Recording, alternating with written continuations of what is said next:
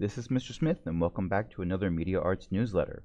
This one's for December 5th, 2016, and we are going to jump into a holiday buying guide, which is why all these Amazon tabs are open right now. But we're going to start off with a little bit of paperwork.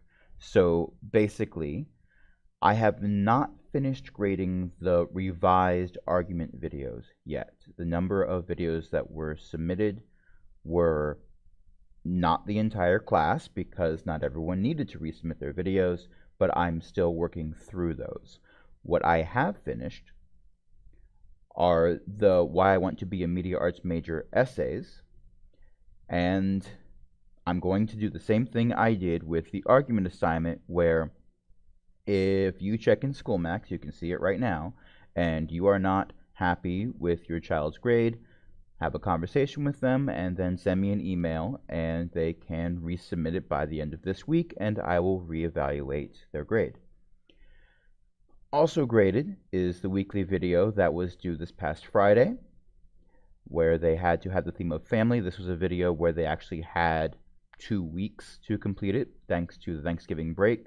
Many students made use of the Thanksgiving break to record family members that they wouldn't normally get to see, and that's pretty awesome. And this week's homework assignment, which I announced last week to my majors, has a slightly different theme. They're going to be doing something where they need to have an off-screen narrator, and they can have a YouTube audio library soundtrack, but there should be no other sounds in their video. Any video they record should be muted, and then they are dubbing audio over top. This goes into play with a future project which I've been talking with them about, where they're going to be taking their essays and distilling them into a video where they narrate into them. Alright, so next up, I've also started making HitFilm 4 Express tutorials, like I said in a previous newsletter. The first one is up and live, and I will provide that link in the notes below this video. I'm going to be making more of these. This one is the bare bones basics of click here to create a project. Here's how you add text. Here's how you export. Next tutorial is most likely going to be on how to do special effects like transitions and fades, things like stuff you actually aren't supposed to do on a regular basis, but also chroma key, which is something that a lot of students seem to be interested in. We do have green screens at school, and some students even have that stuff set up at home, so that's pretty darned awesome. Okay, before we jump into the holiday buying guide that I've set up, let me first say that while I'm using Amazon for its convenience of showing all of these images, I'm not necessarily going to be saying that this is the first place you should go to buy all these items. By all means, shop around for better prices or better service. I personally, when I'm buying a lot of electronics, prefer to buy in what's called a brick and mortar store, a store that has an actual building you can walk into, because I like to support local businesses. And I also like to have my hands on electronics and press the buttons and see that I like the interface. But Amazon is useful for this recording because a lot of stores don't like when I walk into them and pull out my camera and try to record everything. Go figure. Well, in any case, starting off, green screens are pretty affordable. This one here is $16. That's pretty darned awesome. It's way large enough for a student to be standing in front of it without having any edges that are visible on the camera. Comes with its own stand. Now, it does say non-woven backdrop, so what that pretty much means is this is a single piece of plastic, most likely.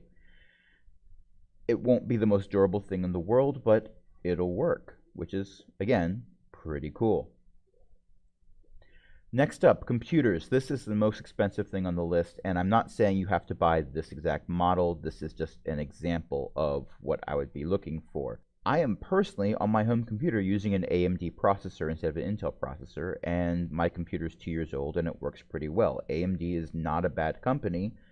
It is a cost-efficient alternative to Intel chips. Now, if you are going for Intel processors, I would recommend the i7 over the i5, simply because the i7 is more of a powerhouse.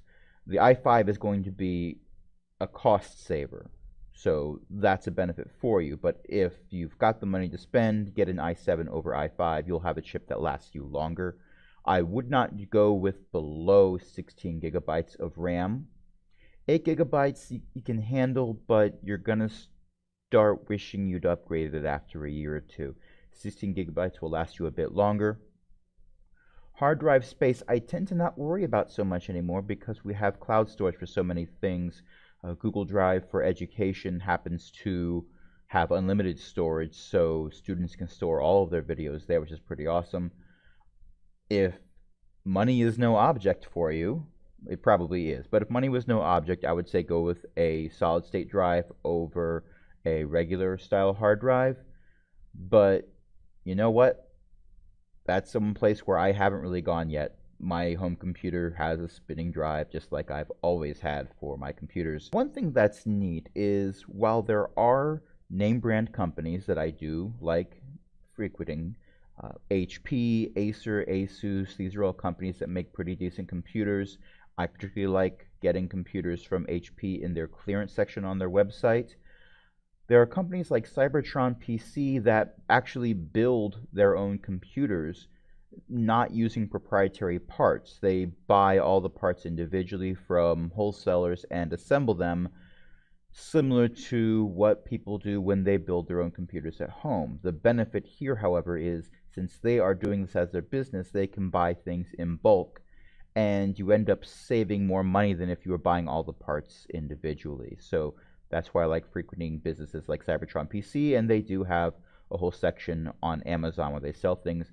Again, I'm not saying you have to go with them. If you find something from HP or Acer or Asus, go with them instead. That's fine. I'm not going to be picky. I would say at this point, avoid Apple. And it pains me to say this because I used to be an Apple fanboy, but their latest offerings in MacBook Pros are just, you're paying a lot more than what you're getting hardware-wise. The quality seems to be going down a little bit compared to the pricing. It's becoming a fashion brand, and it really pains me to say this. I used to always say that I was platform agnostic. I used Mac, Windows, and Linux all the time. I've got a Chromebook. But if you're looking to get a computer for your child, I just wouldn't go with Apple anymore. It's sad to say. Next up, Chromebooks. This is the Chromebook that I personally use. You can see when I bought it on here because I'm currently logged in.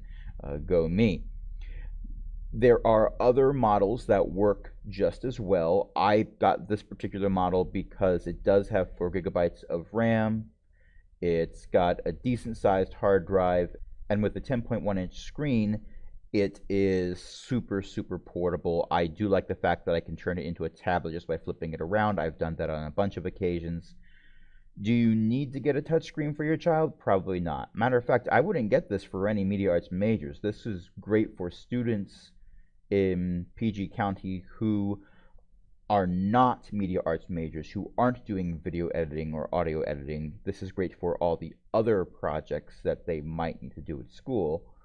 Schools these days, particularly in PG County, are buying more Chromebooks than other types of machines. So this is a good investment. It is 100% compatible, I can tell you from experience, with county usernames.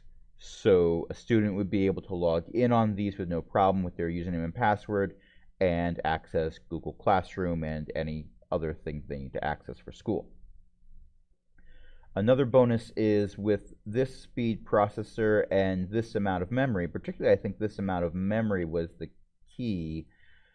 This is one of the computers that allows you to install Android apps on it.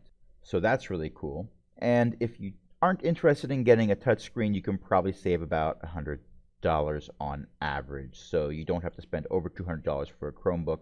But again, don't think of getting something like this for a media arts major. This would be for an older or younger sibling that needs a computer for school.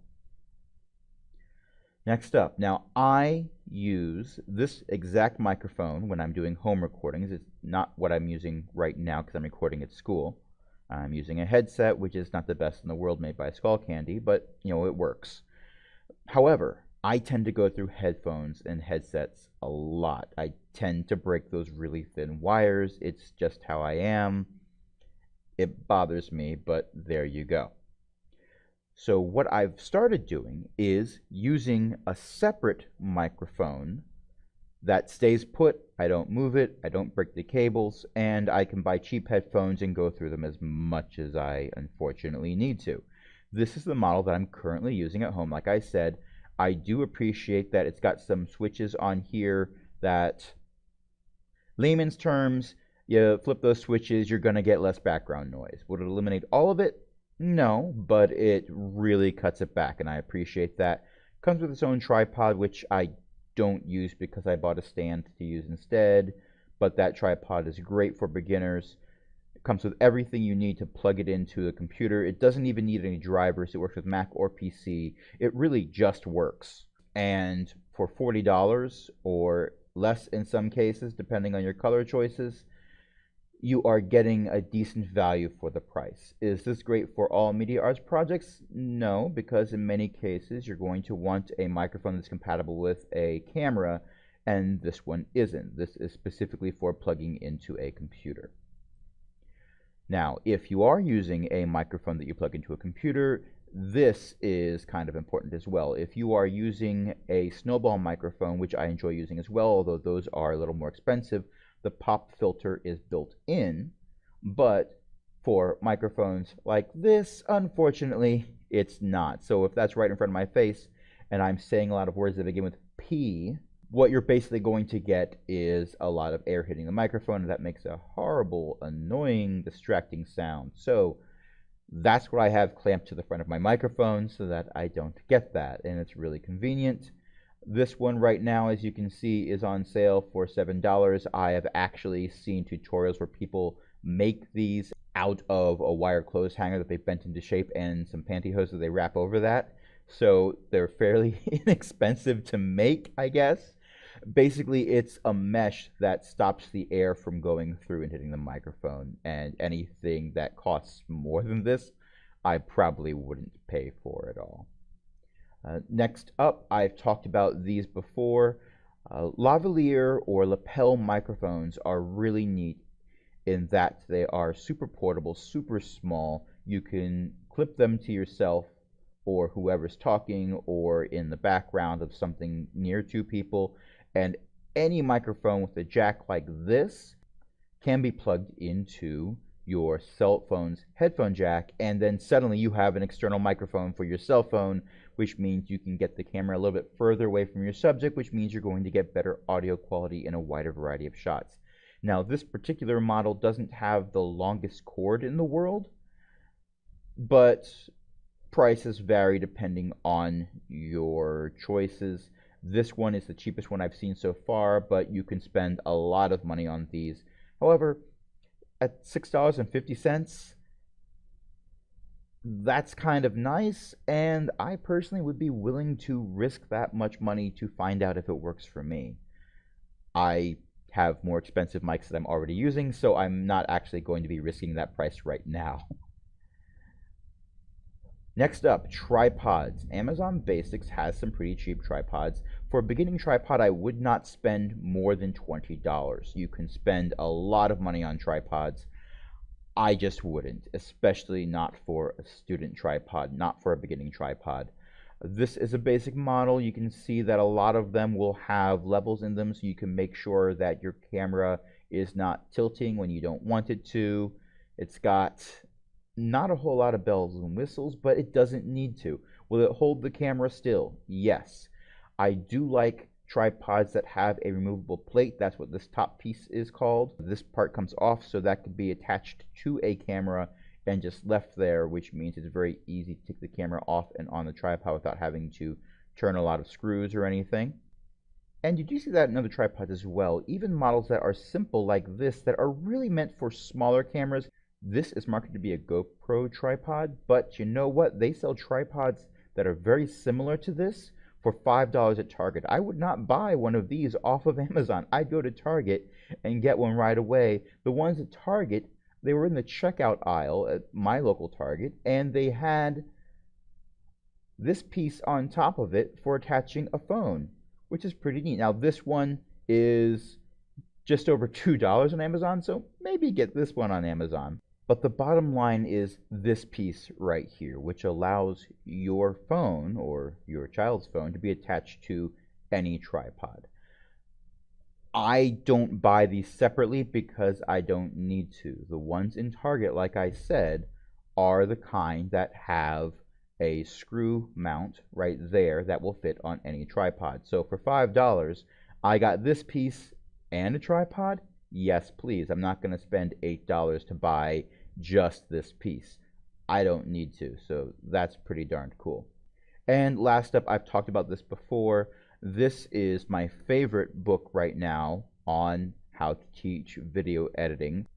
It doesn't cover any of the real nitty-gritty stuff like here's how to edit using Final Cut Pro or here's how to use this specific camera. Instead, it covers the theory and the design aspects of making good video, which means this book is timeless. You're not going to get a copy of this book and then find out that it's talking about a version of editing software that was discontinued 3 years ago, or they updated and half the controls are different.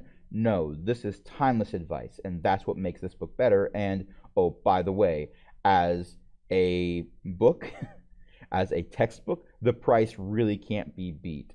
Most textbooks cost a lot more than this and have a lot of information that isn't necessarily relevant to the kind of class that I'm teaching or the kind of videos that students want to make. So that's the buying guide. If you have any questions or comments, please email me at aaron.smith@pgcps.org. That includes, but is not limited to, if you are unhappy with your child's grade for this particular assignment, email me after having a conversation with them and I will accept resubmissions. Those resubmissions will be due no later than this Friday, the 9th, the same day that this weekly video project is due. So again, that email aaron.smith@pgcps.org. And until next time, have fun.